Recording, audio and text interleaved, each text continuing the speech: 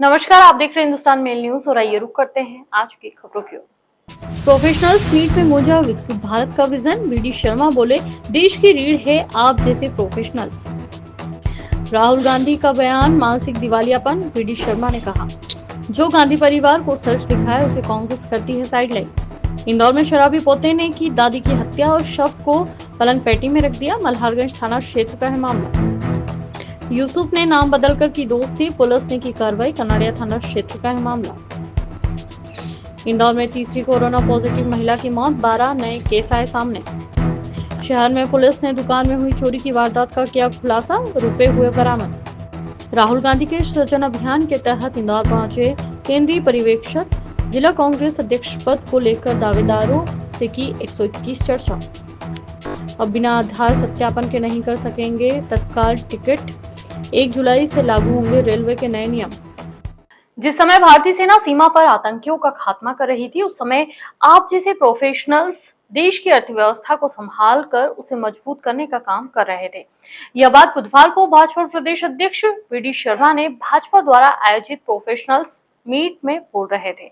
यह मीट नरेंद्र मोदी के नेतृत्व वाली केंद्र सरकार के 11 वर्ष पूर्ण होने पर भाजपा के संकल्प से सिद्धि अभियान के तहत हुआ। इसमें पार्टी के राष्ट्रीय महासचिव दुष्यंत कुमार गौतम भी मौजूद रहे। पीएम नरेंद्र मोदी के नेतृत्व वाली केंद्र सरकार के 11 वर्ष पूर्ण होने के उपलक्ष्य में भाजपा संकल्प से सिद्धि अभियान चला रही है। इस अभियान के अंतर्गत देश की तरक्की में योगदान देने वाले डॉक्टर्स, इंजीनियर, अधिवक्ता, चार्टर्ड अकाउंट, शिक्षक, व्यापारी सहित अन्य के लिए प्रोफेशनल मीट कार्यक्रम आयोजित की गई। इसमें भाजपा प्रदेश अध्यक्ष बीडी शर्मा, राष्ट्रीय महासचिव दुष्यंत कुमार गौतम सहित कई विशिष्ट अतिथि मौजूद रहे। इस मौके पर भाजपा प्रदेश अध्यक्ष बीडी शर्मा ने कहा कि पीएम नरेंद्र मोदी आत्मनिर्भर व विकसित भारत के संकल्प को पूरा कर रहे हैं। उन्होंने दुनिया में भारत देश का मान बढ़ाया है, देश की राजनीति में नई संस्कृति लाने का काम किया है। उन्होंने कहा कि 2047 तक जब भारत समृद्ध होगा तो उसमें आप जैसे प्रोफेशनल की अहम भूमिका होगी। इस प्रोफेशनल मीट में आपका स्वागत करता हूं, आप सबका बहुत बहुत अभिनंदन करता हूं। यह हमारा सौभाग्य है कि आज आप सब लोगों को भारतीय जनता पार्टी के आमंत्रण पर आप इतनी बड़ी संख्या में आप पधारे हैं और आप समाज के अन्य क्षेत्रों में हम अगर राजनीतिक नेतृत्व कर रहे हैं तो आप भी समाज के अन्य क्षेत्रों में महत्वपूर्ण नेतृत्व देने वाले लोग हैं। चाहे उद्योग जगत होगा या समाज के अन्य क्षेत्रों में आप अपनी महत्वपूर्ण भूमिका निभा रहे हैं। आपने अपना जो महत्वपूर्ण समय आज यहां पर दिया है, ये वास्तव में ही हमारे लिए बहुत महत्वपूर्ण आपने जो भूमिका निभाई है, इसके लिए भारतीय जनता पार्टी आपका आभार तो करती है। लेकिन आज ये जो अवसर है कि प्रधानमंत्री नरेंद्र मोदी जी के नेतृत्व में ये जो 11वां वर्ष तीसरे कार्यकाल का 1 वर्ष 9 जून को जो पूरा हुआ, आज उस संदर्भ में कुछ बातें भारतीय जनता पार्टी के नेतृत्व ने आपके समक्ष रखने का प्रयास किया है। आदरणीय कैलाश जी ने समृद्ध भारत के बारे में आपको उल्लेख किया। आदरणीय दुष्यंत जी ने किस प्रकार से आज भारत में इंफ्रास्ट्रक्चर, आज पूरे देश के अंदर विकास को नई गति देने का प्रयास माननीय प्रधानमंत्री मोदी जी ने किया है। लेकिन मेरे भाई और बहनों, मैं आज आप सब लोगों को इस दिशा में कि प्रधानमंत्री नरेंद्र मोदी जी ने इन 11 वर्षों के अंदर 2014 से पहले का भारत और 2014 के बाद आज का जो भारत है, इन 11 वर्षों के अंदर भारत की राजनीति में एक नई संस्कृति विकसित करने का जो प्रयास किया, वो आज पूरा देश इस बात के लिए माननीय प्रधानमंत्री नरेंद्र मोदी जी को देखता है कि प्रधानमंत्री ने भारत को नई राजनीतिक कल्चर देने का काम किया है। माननीय प्रधानमंत्री जी ने एक वर्क कल्चर किसे कहते हैं? नहीं तो राजनीति के बारे में जिस प्रकार की चर्चाएं थी, लोग कहते थे कि जब नेता शब्द आता था तो या तो नेता शब्द का सम्मान सुभाष चंद्र बोस के लिए लोग करते थे या अटल बिहारी वाजपेयी जैसे लोगों के लिए करते थे। लेकिन इतने वर्षों के बाद अगर नेता ने इस भारत नहीं दुनिया का विश्वास जीतने का काम किया है, तो भारत के प्रधानमंत्री नरेंद्र मोदी जी ने आज दुनिया का विश्वास जीता है। और प्रधानमंत्री नरेंद्र मोदी जी ने इस देश के अंदर आत्मनिर्भर भारत के साथ जो 2047 का विकसित भारत का जो संकल्प है, माननीय प्रधानमंत्री नरेंद्र मोदी जी ने कहा कि 2047 का जो विकसित भारत होगा उसकी जो पृष्ठभूमि तैयार करना है।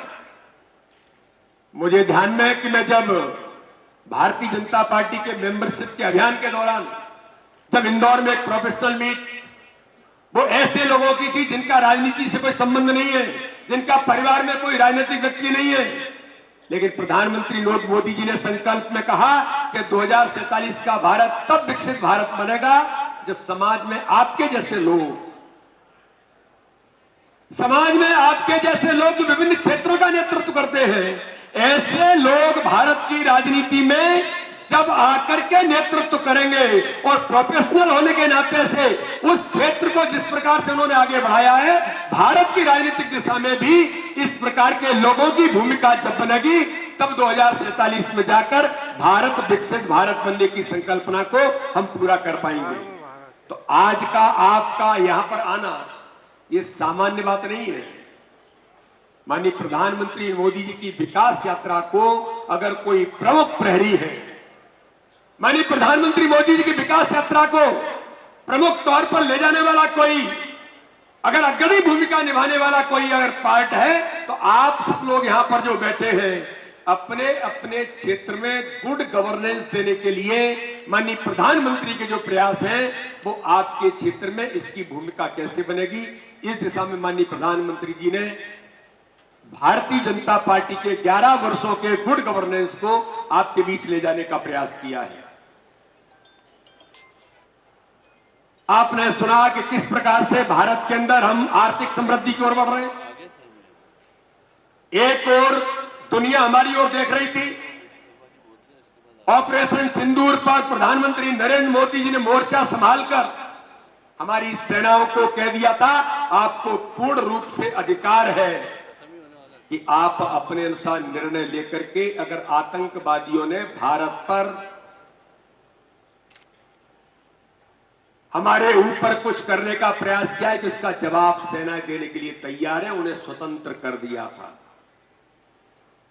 और ऑपरेशन सिंदूर के अंदर आपने देखा किस प्रकार से पाकिस्तान में, चाहे पाक हजकत कश्मीर होगा या रावलपिंडी के अंदर भी पाकिस्तान में घुस करके जहां आतंकी बैठा है, जहां आतंक पनप रहा है, भारत के उन सब लोगों ने, जिन वैज्ञानिकों ने भारत को आत्मनिर्भर रक्षा के क्षेत्र में बनाया, भारत को आत्मनिर्भर उन हर क्षेत्र में बना करके जिन्होंने भूमिका निभाई, और सेना ने जब प्रहार किया तो पाकिस्तान में घुसकर एक और प्रधानमंत्री नरेंद्र मोदी जी के नेतृत्व में उन आतंकी शिविरों को समाप्त किया जो भारत को स्थिर करना चाहते थे। तो दूसरी ओर मेरे भाई और बहनों, इंदौर जो आर्थिक हमारी महानगरी है, मैं आप सबके सामने कहता हूं कि एक और प्रधानमंत्री उधर सेना को ताकत देकर के आतंकवादी शिविरों को समाप्त कर रहे थे, तो दूसरी ओर आप सबके साथ मिलकर के जिन्होंने योजना बनाकर भारत को आर्थिक समृद्धि। इस मीट में भाजपा के राष्ट्रीय महासचिव दुष्यंत कुमार गौतम भी अतिथि के तौर पर शामिल हुए। उन्होंने कहा कि मोदी सरकार ने जो शुरुआत की है वो भारत को वर्ष 2047 तक विश्व की सबसे बड़ी शक्ति के रूप में स्थापित करेगा। पीएम मोदी देश की राजनीति से भ्रष्टाचार और परिवारवाद को समाप्त करने का कार्य कर रहे हैं। इंफ्रास्ट्रक्चर, उद्योग, महिला सशक्तिकरण, अर्थव्यवस्था सहित सभी क्षेत्रों को मजबूत किया है। देश के प्रधानमंत्री नरेंद्र मोदी जी के नेतृत्व में जो विश्व के अंदर मोदी जी ने नेतृत्व देकर देश का नाम किया है, जो 11 वर्षों के अंदर आपने उसके प्रति विश्वास व्यक्त किया है, और उसी के कारण आज मेरा जो विषय है, अभी प्रदेश अध्यक्ष जी 11 वर्ष की विकास यात्रा को बताएंगे। आदरणीय कैलाश विजयवर्गीय जी ने जी थोड़ी कंजूसी की है बताने के अंदर। उन्होंने अपना कोटा आने वाले समय के लिए रखा, क्योंकि लोकल है, वो कभी भी बता सकते हैं। मेरे को जो विषय दिया गया है वो विषय है विकसित भारत का अमृत काल। कैसा भारत आप चाहते हैं? अपने बच्चों के लिए कैसा भारत की आप सपना देखते हैं, उस भारत के निर्माण की, उस भारत के सपने की इच्छा क्यों जगी, कैसे जगी? मेरे मन में भी नहीं थी ऐसी कोई बात। मैं साका का समवयस्क था।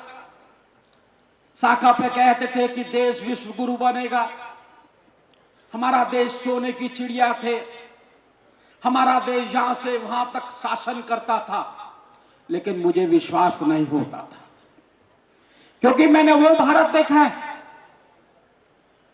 जिस भारत के अंदर 5 लाख हिंदुओं को इसलिए पलायन करना पड़ा कि वो हिंदू थे, उनके पास कोई कमी नहीं थे, वे अच्छे डॉक्टर थे, अच्छे इंजीनियर थे, कश्मीर के अंदर बड़े बड़े बंगलों के अंदर रहा करते थे, बड़े बड़े बाग थे, स्नोफॉल होती थी, सेब के पेड़ लगे हुए थे, लेकिन राष्ट्रवाद की भावना नहीं थे, इस कारण से पलायन करना पड़ा। लेकिन आज मैं देखता हूं इस 11 वर्षों के अंदर देश के एक एक नागरिक के अंदर जो राष्ट्रवाद जागा है, वो राष्ट्रवाद ऐसे ही नहीं जागा। जब हम सुनते थे कि देश विश्व गुरु बनेगा, लेकिन 2013 से पहले, 2014 से पहले क्या भारत, वो भारत जिसके अंदर भ्रष्टाचार चरम सीमा पर था, जिसके अंदर परिवारवाद था, देश के प्रति समर्पण भाव नहीं था, जहां आतंकवादी प्रधानमंत्री हाउस में बिरयानी खाने जाते हो, जिसकी सीमाएं सुरक्षित नहीं हो, जिसका सैन्य बल कहीं ना कहीं आत्म शक्ति से भरपूर ना हो, जिसके बाद लड़ने के लिए साधन ना हो, जिसकी कैजुअलिटी हो जाती हो बॉर्डर पे सैनिक की, और वो दिल्ली से मांग करता हो कि हमें बताइए हम क्या करें, ऑर्डर दीजिएगा, लेकिन कैजुअलिटी होती रहती थी, ऑर्डर दिल्ली से नहीं आता था। लेकिन 2014 के अंदर आपके वोट के कारण जो देश के प्रधानमंत्री नरेंद्र मोदी जी के प्रति देश की जनता ने विश्वास व्यक्त किया, उस 2014 के बाद जब देश के प्रधानमंत्री जी ने विश्व पटल पर रखा कि योग दिवस होना चाहिए, और योग दिवस जो देश की पहचान बना, और 2015 के अंदर जब देश के प्रधानमंत्री ने योग दिवस की घोषणा कर दी 21 जून को, 2015 में लाल किले से भाषण योग दिवस बनाते हुए, जब मेरे देश के प्रधानमंत्री इंडिया गेट पर योग दिवस पे योग कर रहे थे, उस दिन 145 देशों के राष्ट्रीय अध्यक्ष उनके पीछे पीछे योग कर रहे थे। मैंने मान लिया था कि हिंदुस्तान विश्व गुरु की ओर बढ़ चुका है। भारतीय जनता पार्टी के प्रदेश अध्यक्ष वीडी शर्मा ने कांग्रेस पार्टी और उसके नेता राहुल गांधी पर जमकर हमला बोला।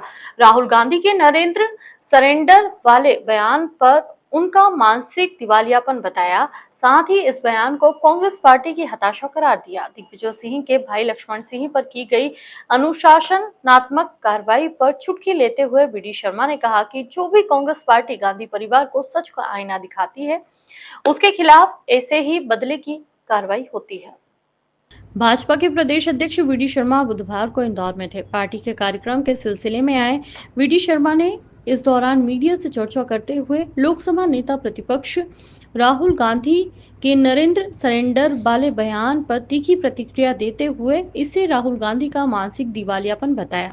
उन्होंने कहा कि राहुल गांधी दुनिया के सबसे लोकप्रिय नेता नरेंद्र मोदी जी के बारे में इस तरह का बयान देते रहे हैं, यह उनकी हताशा दर्शाता है। प्रधानमंत्री नरेंद्र मोदी जी के नेतृत्व में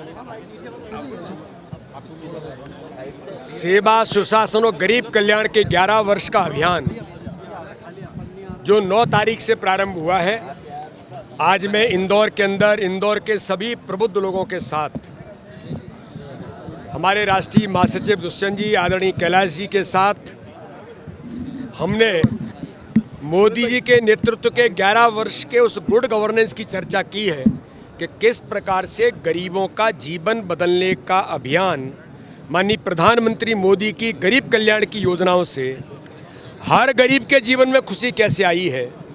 और प्रधानमंत्री मोदी जी ने अगर आर्थिक मोर्चे पर भारत को सशक्त बनाया है, माननीय प्रधानमंत्री मोदी जी ने भारत को दुनिया के अंदर सेनाओं को सशक्त और सक्षम बना करके आतंकवाद को समाप्त करने का माननीय प्रधानमंत्री ने बीड़ा उठाया है, तो भारत के गरीब को जीवन बदलने का अभियान भी अपनी योजनाओं के माध्यम से हर गरीब का जीवन बदला है। आज 27 करोड़ लोग गरीबी रेखा से ऊपर आए हैं। भारत की पॉवर्टी लाइन जो 2011-12 में 27.1% थी, वो 5.3% तक आ गई। तो भारत के प्रधानमंत्री मोदी जी का विजन 2047 के विकसित भारत के संकल्प के साथ इन सभी प्रोफेशनल लोगों के आज उनके बीच इसकी चर्चा हुई है और माननीय प्रधानमंत्री मोदी जी के नेतृत्व में भारत विकसित भारत बनेगा, इस संकल्प के साथ हम लोग आगे बढ़ रहे हैं। विपक्ष को चुनौती है। विपक्ष अपना काम करे। मोदी जी के नेतृत्व में हम भारत को विकसित भारत के संकल्प बनाने के साथ सकारात्मक राजनीति कर रहे हैं, गरीबों के कल्याण के लिए काम कर रहे हैं, सबका साथ सबका विकास सबके विश्वास के मंत्र पर काम कर रहे हैं। इसलिए विपक्ष केवल नकारात्मक राजनीति करता है और राहुल गांधी जैसे लोग तो 24 घंटे नकारात्मक हैं, इसलिए हमें इसकी चिंता नहीं है। हम तो सकारात्मक राजनीति करते हुए मोदी जी के नेतृत्व में हम लगातार आगे बढ़ रहे हैं। नरेंद्र का नारा बुलंद कर रहे हैं। ये दुर्भाग्य है, ये उनका मानसिक दिवालियापन है कि विपक्ष का नेता, दुनिया के सर्वाधिक लोकप्रिय नेता जिसे दुनिया सलाम करती है, दुनिया कहती है कि सबसे लोकप्रिय नेता दुनिया का कौन है, तो भारत का प्रधानमंत्री मोदी है, उसके बारे में उनकी हताशा है जो इस प्रकार की भाषा बोलती है। पूर्व मुख्यमंत्री दिग्विजय सिंह के भाई लक्ष्मण सिंह पर की गई कार्रवाई को कांग्रेस पार्टी का आंतरिक मामला बताते हुए वी.डी. शर्मा ने कहा कि हकीकत यह है कि लक्ष्मण सिंह समय समय पर कांग्रेस पार्टी राहुल गांधी को आईना दिखाने का काम करते रहे हैं और इसलिए उन्हें इस बदले की कार्रवाई का सामना करना पड़ा। जिस पार्टी के नेता देश में इमरजेंसी लगा सकते हैं, वो उनके खिलाफ बयानबाजी कैसे सहन कर सकते हैं कि ये उनका आंतरिक डिसीजन है। ये कांग्रेस में उनकी अनुशासनात्मक कार्रवाइयाँ हैं, इससे हमें कोई लेना देना नहीं। लेकिन जहाँ तक मैं जानता हूँ, लक्ष्मण सिंह जी समय समय पर कांग्रेस को आईना सत्य का दिखाते रहते हैं और राहुल गांधी को भी उनने आईना दिखाया। अगर सत्य का आईना दिखाया तो कांग्रेस में जो हमेशा होता रहा कि जो कांग्रेस में सत्य बोलेगा, क्वेश्चन खड़ा करेगा, तो इमरजेंसी लगा दी उन्होंने। तो देश के अंदर इमरजेंसी लगा करके प्रेस की कलम बंद कर दी थी इंदिरा गांधी ने, जिसे जज ने उनके खिलाफ डिसीजन दिया तो उन्होंने देश के लोकतंत्र की हत्या कर दी थी। तो वो परिवार है, तो इसलिए लक्ष्मण सिंह जी कहाँ लगते हैं? तो लक्ष्मण सिंह जी के साथ वही हुआ जो कांग्रेस का ये गांधी परिवार हमेशा से करता आया है। इंदौर में एक शराबी पोते ने स्वयं की दादी का गला घोंटकर घर के ही पलंग पेटी में बंद कर उस पर कपड़े रख मौके से फरार हो गया। शाम को जब बुजुर्ग महिला की बेटी घर लौटी तो पूरे मामले का खुलासा हुआ। पुलिस ने आरोपी को भी गिरफ्तार कर लिया है। पूरे मामले में जानकारी देते हुए एडिशनल डीसीपी आलोक शर्मा के मुताबिक 65 वर्षीय शांति धनियश नामक बुजुर्ग महिला की गला घोंटकर हत्या करने का मामला सामने आया है। बताया जा रहा है कि दोपहर में घर पर शराबी पोता विकास शराब के नशे में घर पर पहुंचा था कि तभी उसने उसकी दादी से रुपयों की डिमांड कर दी। रुपए नहीं देने पर दादी के साथ जमकर मारपीट की और फिर उसके बाद में गला दबाकर बुजुर्ग महिला को घर में ही पलंग पेटी में शोहरत से ऊपर पड़े ढक दिया और मौके से फरार हो गया। शाम को जब उसकी बुआ पहुंची तो उन्होंने घर में बुजुर्ग महिला की तलाश की तो वह नहीं दिखाई दी, तो बच्चों से बातचीत की। बच्चों ने पूरी घटना उनको बताई और पूरे मामले का खुलासा किया। पुलिस ने प्राथमिक रूप से हत्या सहित विभिन्न धाराओं में प्रकरण दर्ज करने के बाद आरोपी को गिरफ्तार कर लिया है। थाना मल्हारगंज में इंदिरा नगर के सालवी मोहल्ले में पुलिस को ये सूचना मिली कि वहाँ पर एक महिला जो है उनकी डेड बॉडी उनके कमरे में पाई गई है, जिसके बाद पुलिस जो है वो घटनास्थल पर पहुंची। पुलिस ने घटनास्थल पर तत्काल जो एफएसएल टीम है उसको बुलाया, साथ ही साथ में पुलिस ने वहाँ मौजूद लोगों के भी बयान लिए। अभी तक की जांच से ये पता लगा है कि जो मृतिका है और जिनका नाम शांति धनंजय है और जिनकी उम्र करीब 65 वर्ष की थी, उनके पोते विकास गौहर के साथ पैसे को लेकर के विवाद हुआ था। विकास उनसे पैसे की मांग कर रहा था, जिसके बाद में ये घटना कारित हुई।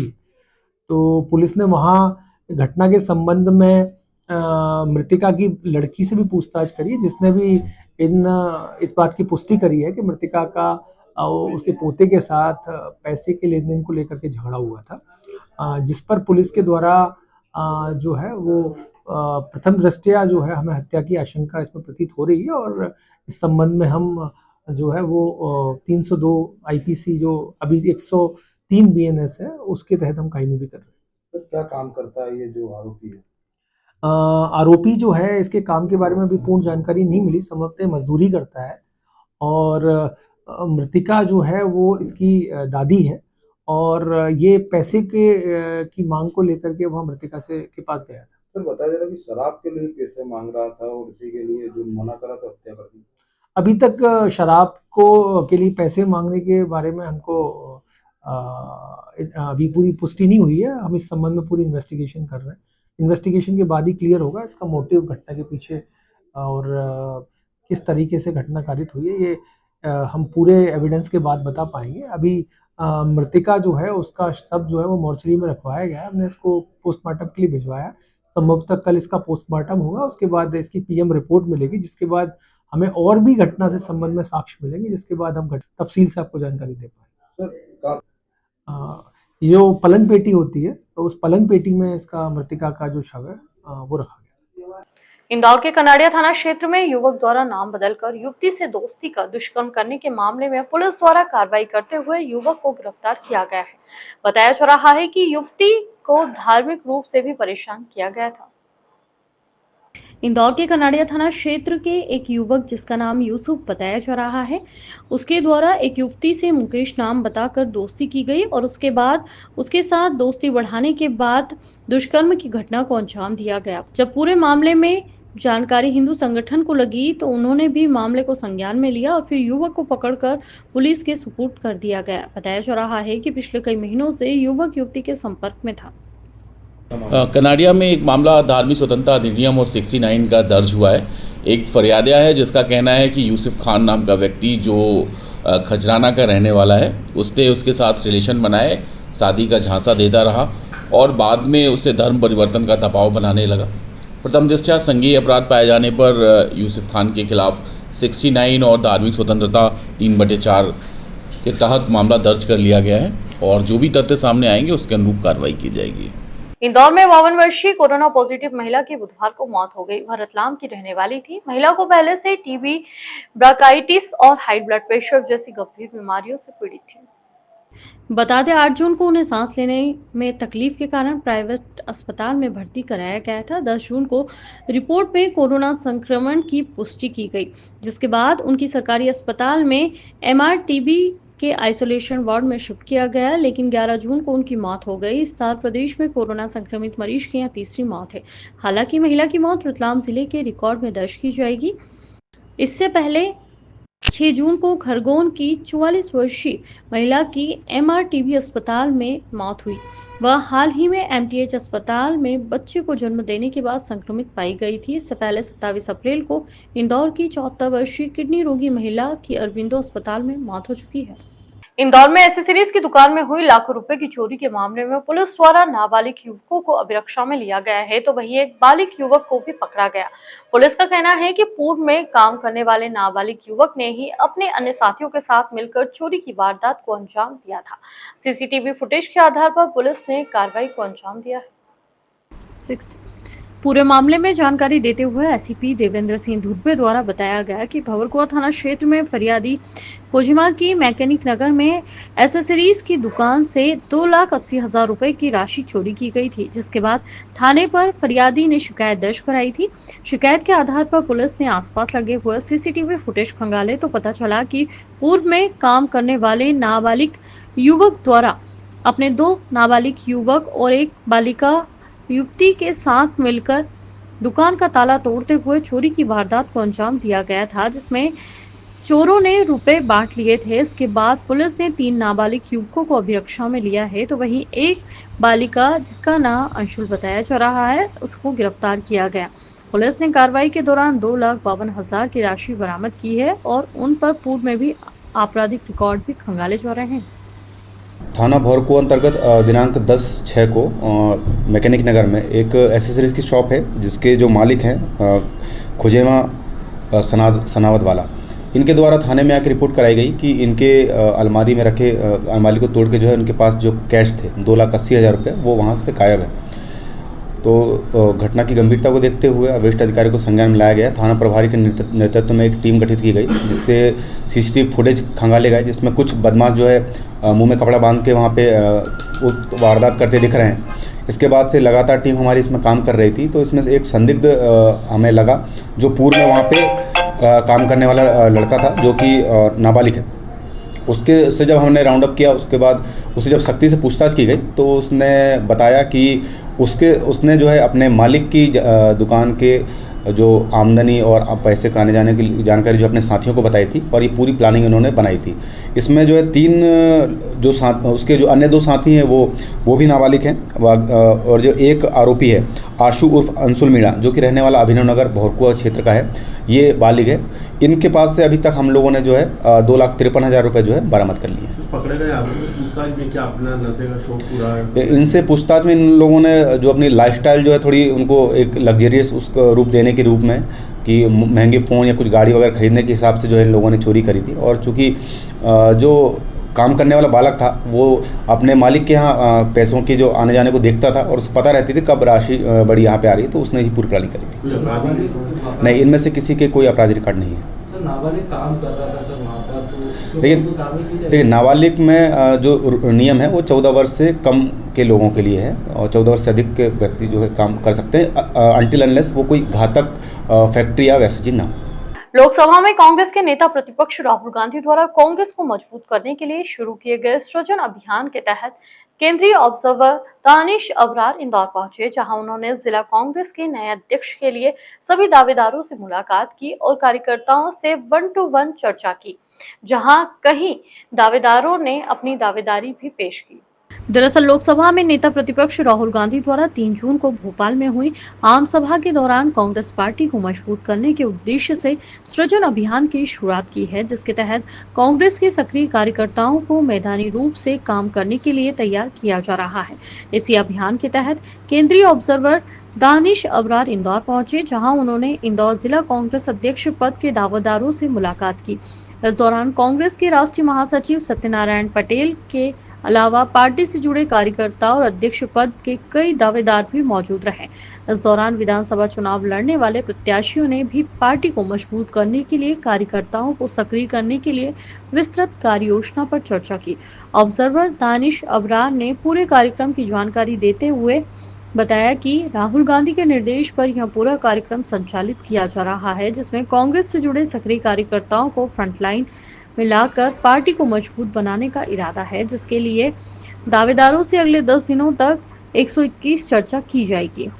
सबसे पहले तो मैं बता दूं कि जिस तरीके से कांग्रेस के कार्यकर्ताओं में जो उत्साह था नव सर्जन को लेकर, इस तरीके से उनको अध्यक्ष चुनने का और उनको उसी में से अध्यक्ष बनने के लिए, तो ये एक उत्साह मैं समझता हूँ इंदौर ग्रामीण में पहली बार देखा गया जहाँ लोग भारी तादाद में उपस्थित पूरे चारों विधानसभा से यहाँ पे उपस्थित हुए और अपनी राय देने के लिए पर्यवेक्षक के सामने उपस्थित हुआ है। ये नव सदन को लेकर ये एक उत्साह है। आम कार्यकर्ता उसी में से एक जिला कांग्रेस का अध्यक्ष भी चुना जाएगा।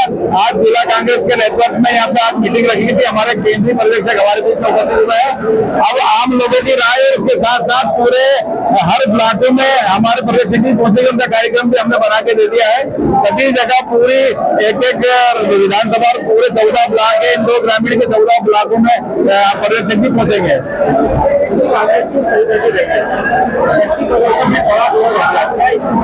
इस बार शक्ति प्रदर्शन से कुछ नहीं होने वाला है, ना किसी की कोई चलने वाली है। यहाँ आम राज जो कांग्रेस के जो कार्यकर्ताओं के लिए जो काम करने वाला है और जो मेहनत करते हैं कार्यकर्ताओं के मन की बात निकलेगी पर्यवेक्षक के सामने और वही जिला कांग्रेस का अध्यक्ष बनेगा। आपके अध्यक्ष की क्या माना जाए इसके लिए सामने में किस प्रकार से चर्चा होगी? सभी को अपनी अपनी दावेदारी प्रस्तुत करने का अधिकार है। मैं मध्य प्रदेश की सबसे बड़ी पंचायत का 30 वर्षों से सरपंच भी हूँ, निर्वाचित सरपंच हूँ और इंदौर ग्रामीण में 2 बार में कार्यवाहक अध्यक्ष रहा हूँ और मध्य प्रदेश कांग्रेस कमेटी में 2 बार में सेक्रेटरी रहा हूँ। यूथ कांग्रेस से लेकर तमाम पदों पे मैंने काम किया है। उसको लेकर जो राहुल गांधी जी का जो नवसर्जन अभियान जो चालू हुआ उसको लेकर सबको मौका मिले, ऐसा इसीलिए मैंने अपना आवेदन प्रस्तुत किया है ताकि जो आम जनता और आम जिले के लोग की जो राय होगी उसके आधार पर भी तय होगा और उसमें मैंने कोशिश की है, मैंने अपना पक्ष रखा है। अब आगे जो कार्यकर्ता जो डिसीजन लेंगे वो सर्वमान्य होगा। कांग्रेस का सदन कार्यक्रम है, इस कार्यक्रम में पूरे प्रदेश के अंदर अखिल भारतीय कांग्रेस कमेटी द्वारा हर प्रदेश के हर जिले में ऑब्जर्वर भेजे गए हैं जिनको मूल रूप से आदेश और निर्देश दिए गए हैं कि हमें कांग्रेस के न सिर्फ नेतागण MP, MLA, नगर अध्यक्ष, काउंसलर्स, पार्षद, CR, DR, जितने भी कांग्रेस से जुड़े हुए हमारे कार्यकर्ता हैं, नीचे से नीचे के स्तर पे, गांव के स्तर पे, ग्रामीण के स्तर पे, गाड़ी के स्तर पे, ब्लॉक के स्तर पे, जिला के स्तर पे, हम सबको उस स्तर पर जाकर एक हर कार्यकर्ता से जाकर उसके दिल की भावना को जानने का कार्यक्रम है कि कौन सा कार्यकर्ता किस नेता के हाथ में इस जिला कांग्रेस की बागडोर देना चाहता है। वर्तमान चर्चा भी कर रहे हैं आप कार्यकर्ताओं से, क्या मोटे निकल के आ रहा है? मैं अभी आया ही हूँ और मैं आगामी 7-8 दिन नहीं रहूँगा। अभी आते ही जिला कांग्रेस द्वारा बैठक आयोजित करी गई है। इस बैठक के बाद ये कार्यक्रम आज से ही शुरू किया जा रहा है। पार्टी के अंदर कई पुराने कार्यकर्ता जो ऐसा लग रहा है कि एक खुद पे जाना है, तो कार्यकर्ता को आगे लाने के लिए क्या प्लान किया? पार्टी के अंदर कई तरह के कार्यकर्ता हैं, कुछ एक्टिव भी हैं, कुछ डॉर्मेंट यानी स्लीपिंग भी हैं, कुछ बैक फुट पे जाने वाले भी हैं, कुछ फॉरवर्ड फुट पे आने वाले भी हैं। तो ये परिवार है, हर तरह के कार्यकर्ता हैं। तो ये एक प्रयास है जिसमें कि सबको एक धरातल पे, एक प्लेटफॉर्म पे लाकर एक बात करने की चर्चा हो और एक नई शुरुआत राहुल जी करना चाहते हैं, जिसका प्रयोग गुजरात के बाद हरियाणा और मध्य प्रदेश में हो रहा है। और मैं समझता हूँ इस प्रयोग के बाद एक नई ऊर्जा, नई उमंग के साथ आपको नई कांग्रेस इंदौर में देखने को मिलेगी। वहीं कांग्रेस पार्टी के सबसे मजबूत दावेदार माने जा रहे सोहराब पटेल और मनीष पटेल ने पार्टी को मजबूत बनाने के लिए प्रत्येक कार्यकर्ताओं को साथ में लेकर काम करने की बात कही और कहा कि पार्टी यदि उन्हें मौका देती है तो वह कांग्रेस पार्टी को मजबूत करने के साथ ही लोकसभा और विधानसभा चुनाव में कांग्रेस के प्रत्याशियों को विजय बनाने की पूरी कोशिश करेंगे। भारतीय रेलवे की ओर से एक बड़ा फैसला लेते हुए कहा गया कि अब बिना आधार प्रमाणीकरण के यूजर तत्काल ट्रेन टिकट बुक नहीं कर पाएंगे। रेलवे की ओर से साफ कर दिया गया कि टिकट बुकिंग को लेकर ये बड़ा बदलाव 1 जुलाई 2025 से लागू कर दिया जाएगा। दरअसल यात्रियों को तत्काल टिकट निष्पक्ष और पारदर्शिता तरीके से सुलभ कराने और उनके हितों की रक्षा के लिए भारतीय रेलवे ने तत्काल टिकट बुकिंग प्रणाली में महत्वपूर्ण संशोधनों की घोषणा की है। इनका उद्देश्य उपयोगकर्ता सत्यापन बढ़ाना और योजना का दुरुपयोग रोकना है।